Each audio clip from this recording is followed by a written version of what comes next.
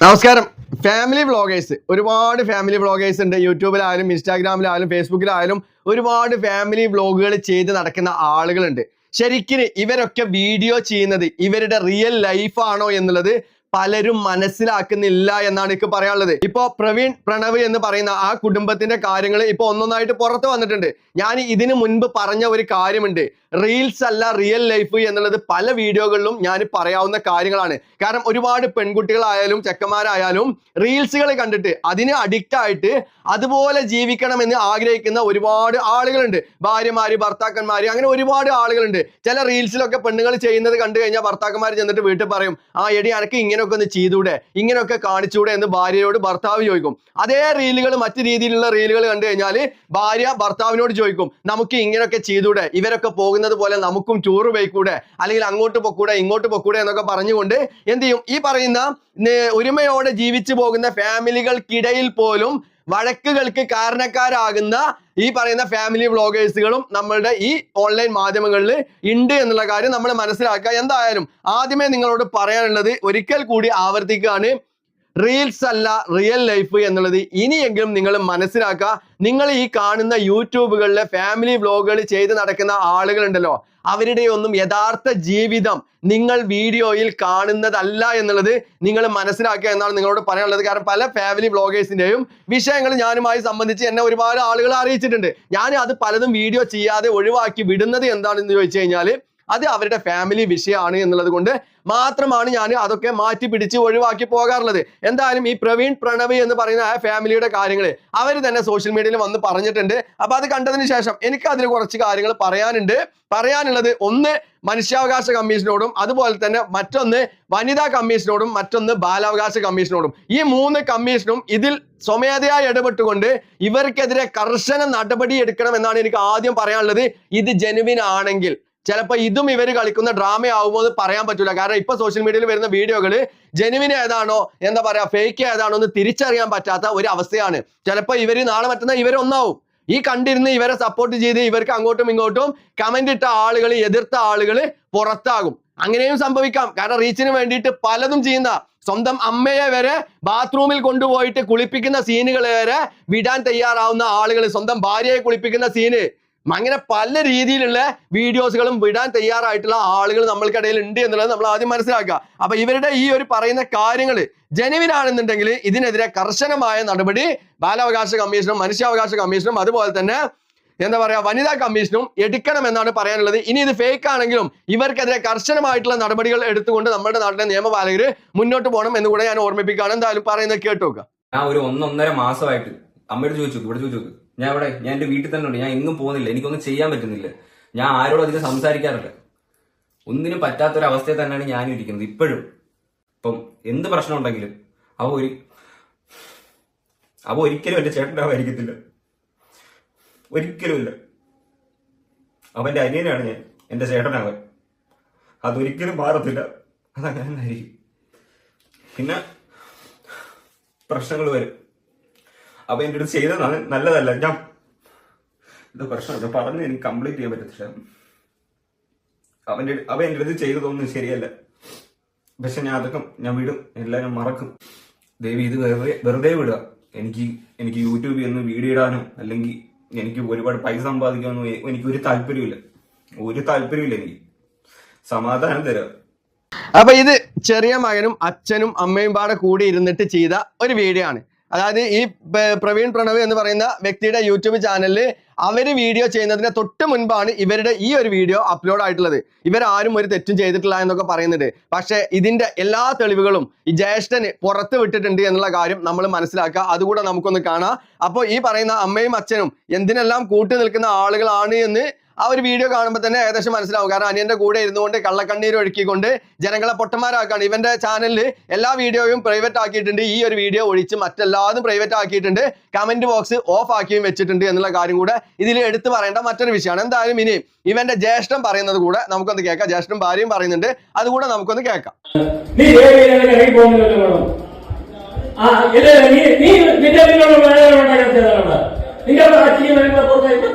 ഞാൻ കഷ്ടമുണ്ടാക്കിയതാ, എല്ലാം കാണാമൂല പോറങ്ങിയാണ് നമുക്ക്.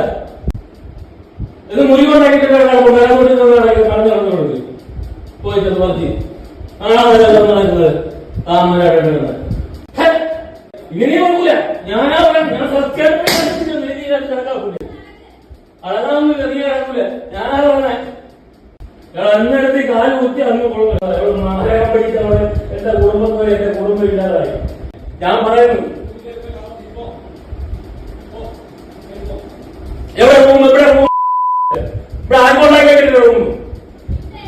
ആ ഇല്ല, ഇവിടെ പറ്റൂല. അല്ലെങ്കിൽ ഞാൻ പറയും പോകുന്നു. ആ ഇവിടെ പറ്റൂല. ഇവിടെ കേട്ടാക്കൂല.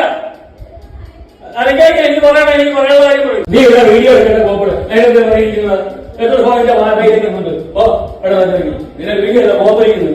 അല്ലെങ്കിൽ നമ്മൾ ആ മാറ്റി വെച്ചിട്ട് ഫോൺ വിളിച്ചിട്ടുണ്ട്. ഇവിടെ കുത്തിരിക്കുന്നത് ഞങ്ങൾ ഒന്നും കഴിക്കില്ല. ഗുരുവൻ കൊണ്ടുവന്ന് എനിക്കുള്ള കൊണ്ടുവന്നില്ല. എവിടെയെങ്കിലും കൊണ്ടുപോയിട്ടില്ല. അവിടെയെങ്കിലും കൊണ്ടിട്ടില്ല. അപ്പൊ ഇതിൽ അച്ഛന് അടിക്കണ സൗണ്ടാണ് കേൾക്കുന്നത് എന്നാണ് തോന്നുന്നത്. അടിക്കണ സൗണ്ടും അതുപോലെ തന്നെ അച്ഛൻ ഇതിൽ പറഞ്ഞ ഒരു കാര്യം ഞാൻ നിഷേധിക്കൂല. നാട്ടുകാരെ പറ്റിക്കുക എന്ന് പറയുന്ന ആ ഒരു കാര്യം ഉണ്ടല്ലോ, അത് ശരിക്കും ജെനുവിനാണ്.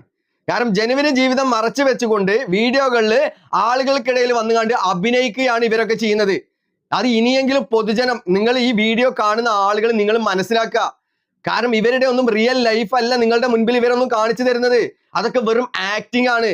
ആ ആക്ടിങ് കണ്ടുകൊണ്ട് സ്വന്തം കുടുംബത്തിൽ വഴക്കുണ്ടാക്കുന്ന ഒരുപാട് ഫാമിലികളുണ്ട്. ഇല്ല, ഇതൊന്നും ആക്ടിങ് ആണെന്ന് അറിയാതെ മനസ്സിലാകാതെ സ്വന്തം ഭാര്യയോട് വക്കാണം ഏൽക്കുന്ന ആളുകള്, ഭർത്താവിനോട് വക്കാണം ഏൽക്കുന്ന ആളുകള്, അങ്ങനെ ഒരുപാട് ആളുകൾ നമ്മളുടെ തന്നെ നാടുകളിലുണ്ട്. നമുക്കൊക്കെ അറിയാവുന്ന എത്രയോ ആളുകളുണ്ട്. അപ്പൊ ഇവരുടെ ഒക്കെ വീഡിയോ കണ്ടിട്ട് അതൊക്കെ റിയൽ ആണെന്ന് വിശ്വസിച്ച് കണ്ട് ഇനിയെങ്കിലും നിങ്ങൾ നിങ്ങളുടെ കുടുംബത്തിൽ, ഞാൻ പറയുന്നത് പൊതുജനങ്ങളോടാണ്, നിങ്ങൾ നിങ്ങളുടെ കുടുംബത്തിൽ അതിന് വഴക്കുകളും മറ്റും ഉണ്ടാക്കാതിരിക്കുക എന്നാണ് നിങ്ങളോട് പറയാനുള്ളത്. കാരണം എന്താണെന്ന് അറിയോ? ഇവരുടെ ഒക്കെ റിയൽ ലൈഫ് എന്ന് പറയുന്നത് ഇതാണ്. ഇനി ബാക്കി ഊണി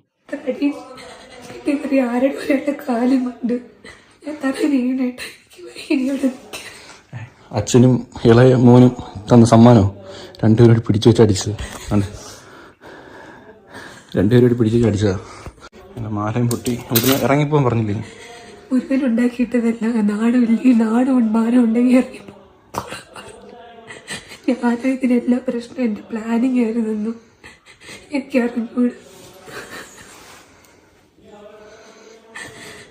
എന്തൊക്കെ പറഞ്ഞ കൊച്ചു പിടിച്ച് ചീത്ത കുറെ ചീത്ത പിടിച്ച് നിന്റെ കഥവ് ഇവിടെ പിടിച്ചുകൊണ്ട് എന്തൊക്കെ മാറും മാറും പറഞ്ഞവർ രണ്ടടി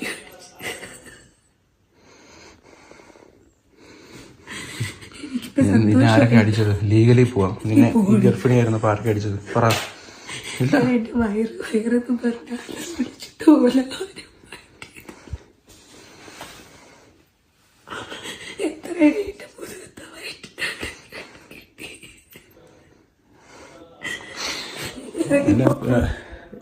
ഒരു മക്കളെ ഒരു ഗർഭിണി ആയിരിക്കുന്ന സമയത്താണ് ഈ ഒരു സ്ത്രീയെ അവര് ആക്രമിച്ചിട്ടുള്ളത്, അടിച്ചിട്ടുള്ളത്. അത് ഒരിക്കലും അംഗീകരിച്ചു കൊടുക്കാൻ കഴിയുന്ന ഒന്നല്ല. കാരണം ഒരു അമ്മയാകുന്ന ഒരു സ്ത്രീ, അതായത് അവള് ഗർഭം ചുമന്ന് നിൽക്കുന്ന ആ ഒരു സമയത്ത്, ഇപ്പൊ കുറച്ച് ദിവസം മുൻപാണ് ഇവരുടെ ഡെലിവറി കഴിഞ്ഞതിന്റെ വീഡിയോസും കാര്യങ്ങളും, കുട്ടിയുടെ വീഡിയോസും കാര്യങ്ങളൊക്കെ ഇവരുടെ യൂട്യൂബ് ചാനലിൽ കിടക്കുന്നുണ്ട്. അപ്പൊ ആ ഗർഭിണി ആയിരിക്കുന്ന സമയത്ത് ഈ സ്ത്രീയെ ഉപദ്രവിച്ചത് ഒരിക്കലും അംഗീകരിക്കാൻ കഴിയാത്ത ഒന്നാണ്. അതിനെതിരെ ഞാനിവിടെ പറഞ്ഞതുപോലെ തന്നെ മനുഷ്യാവകാശ കമ്മീഷനും മറ്റുള്ള ആളുകളും ഇതിനെതിരെ കർശന നടപടി എടുക്കുക തന്നെ വേണം. കാരണം ഒരിക്കലും ഇതൊരു കോംപ്രമൈസിലേക്ക് ചെന്നെത്താൻ പാടില്ല. കാരണം എന്താ വെച്ച് കഴിഞ്ഞാല് ഒരു ഗർഭിണിയെ ഉപദ്രവിക്കുക എന്ന് പറയുന്നത് ഒരിക്കലും നമുക്കൊന്നും അംഗീകരിച്ചു കൊടുക്കാൻ കഴിയില്ല.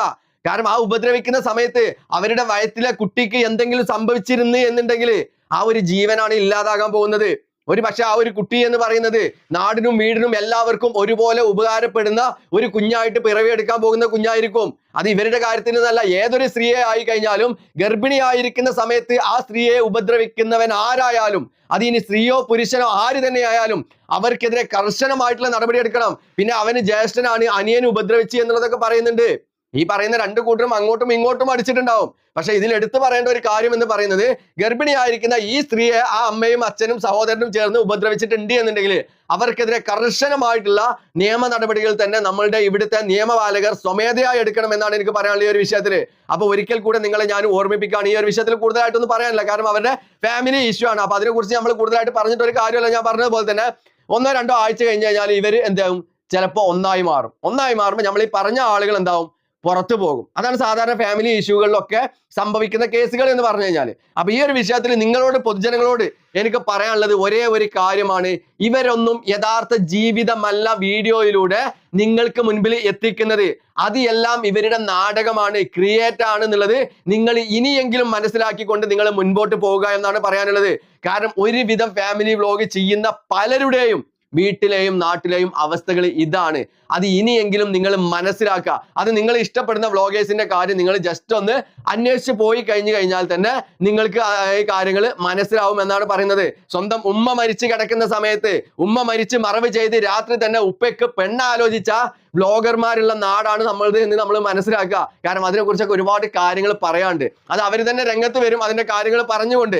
ആ സമയത്ത് നിങ്ങൾക്ക് മുമ്പിലേക്ക് കറക്റ്റ് ആയിട്ട് അതിന്റെ തെളിവുകൾ ഉൾപ്പെടെ ഞാൻ എത്തിച്ചു തരും. ഇപ്പോൾ ആളും പേരും ഡീറ്റെയിൽസ് ഒന്നും പുറത്ത് വിടാൻ താല്പര്യമില്ലാത്തതുകൊണ്ടാണ് ഇപ്പൊ അത് പറയാത്തത്. കാരണം അത് ഓൾറെഡി കോടതിയിൽ കേസും കാര്യങ്ങളൊക്കെ നടന്നുകൊണ്ടിരിക്കുകയാണ്.